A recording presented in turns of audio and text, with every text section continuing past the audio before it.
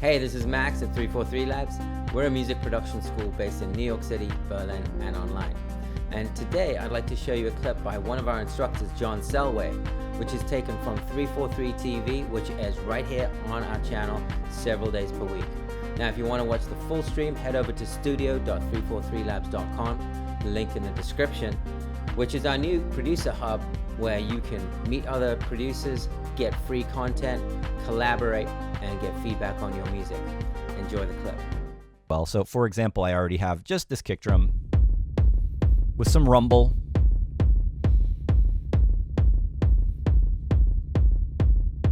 This actually was, hey, this is my my fantastic preset that I started with that I made called It's a Kick. I think I did this in one of the classes.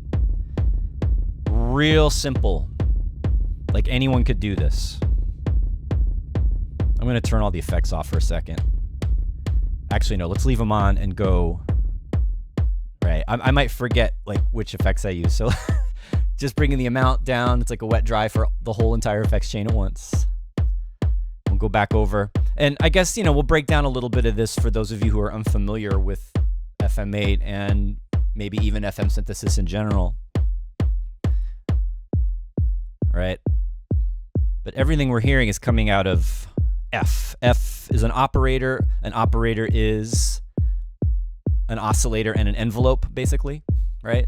So we hear a sine wave. This is the amp envelope controlling the volume of the output of that operator.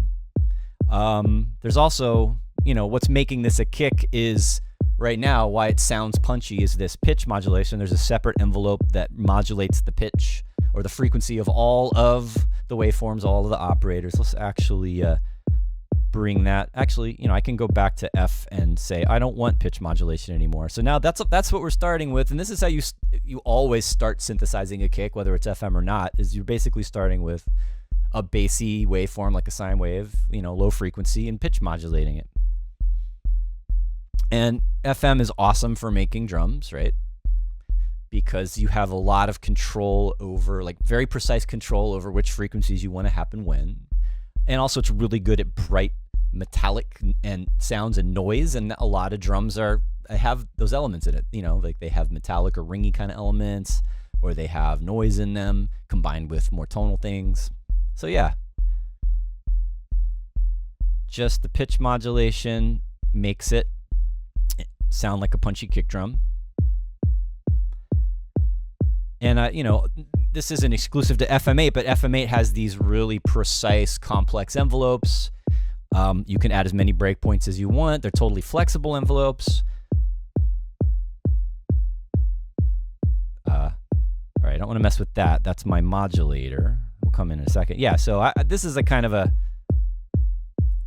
envelope shape that I do a lot for a kick drum. Is I'll have like kind of a double decay, right? So I have this 0 millisecond attack, and then I have a real fast sweep down, which is giving that little thump, and then a second sort of decay going down to the sustain. And this is all on the pitch, right? And this is giving kind of the round, thumpy mid-range of the kick. And then at the end, at the release, that it's all the way back down to its fundamental. In the release stage, you're hearing the lowest frequencies of the sound. And then there's your transient. There's your bright snap or stick or beater or whatever you want to call it. And that's where FM's really happening. So I'm using a more complex waveform. You know, if it was just a sine wave, it would be less bright. And I'm tuning up the frequency at a high, so it's shifting up the overtones that are being created. But then I want a little bit more brightness, a little bit more noise in this, so I'm going to try a more complex waveform that has higher frequencies in it. And I like this short tri-state. It's like half the wavelength of the other one. Has a nice little sharp snap to it. And then, you know, again, I've got this real fast decay, and we're barely hearing it. It's just like in milliseconds of a burst of noise. Like that's what it's adding. That's without it. And that's it. That's, you know, pretty much 2 operator simple FM where I'm using the modulator, right? This isn't going straight to the output. The modulator is this operator that's going into F, which is called the carrier, and that's the audible signal that we're hearing. And then what I'm doing here in what they call the matrix here, this is the other part of FM synthesis. You have your operators plugged into operators, and they are either modulating or carrier signal, which is audible, and then you've got algorithms, which is how they're hooked up to one another. And what I love about FM8 so much is it's got a modular algorithm section. You don't have like DX7 and all the more classic, more typical Yamaha John Chowning based FM synths give you dedicated preset algorithms. You can't choose.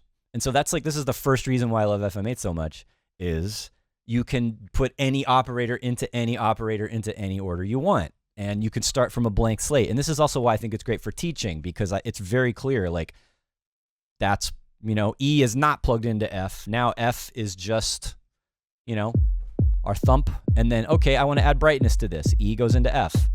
Super clear. That's what's happening. All right. So there's my kick drum. And then since we're making techno, I wanted to pump this up a little bit. So now we have, normally I would do something like this with effects.